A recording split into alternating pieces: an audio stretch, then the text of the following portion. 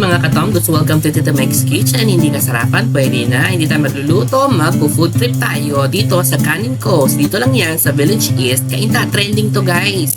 So dahil trending, tinanong ko muna kung pet friendly. Pet friendly naman. Kaya nga kami nandito, make sure na pwede ang mga doggo sa loob. So ito nga nakapasok kami. So ayan. Hi mga ma'am. At itong si ma'am na nasa counter, lagi siyang nakangiti. Hello sa'yo. Grabe ka.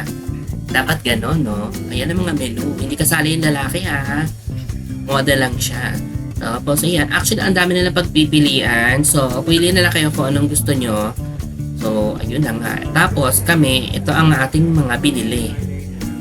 Konti lang yan. Dalawa lang naman kami kakain. Itatry lang namin. So, first, etong Wagyu rice with egg topping. So, this Wagyu rice is 160.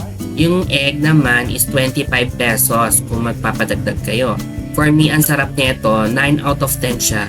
Iba talaga yung sarap ng Wagyu, no? Fairness. By the way ha, marami pang topics na pagpipilian. Bahala na kayong pumili doon. Ito naman yung pangalawa namin in order, si beef salty cow rice, 155 pesos. Siya, ang lambot naman nung baka na ito, in fairness sa kanya. Ang grade ko sa kanya is 7 out of 5. Kasi for me, medyo naalatan talaga ako dito. Actually, kaming dalawa na But it's okay. Magagawa ng paraan niya. Up next, itong plain seafood rice. So, plain ang in-order ko, 8 out of 10, 140 pesos to. Meron silang bagoong rice na kay aligi rice. So, ito yung in-order ko. Kasi medyo masakit yung bato ko nung time na to. Hindi ko alam kung high blood ako or what.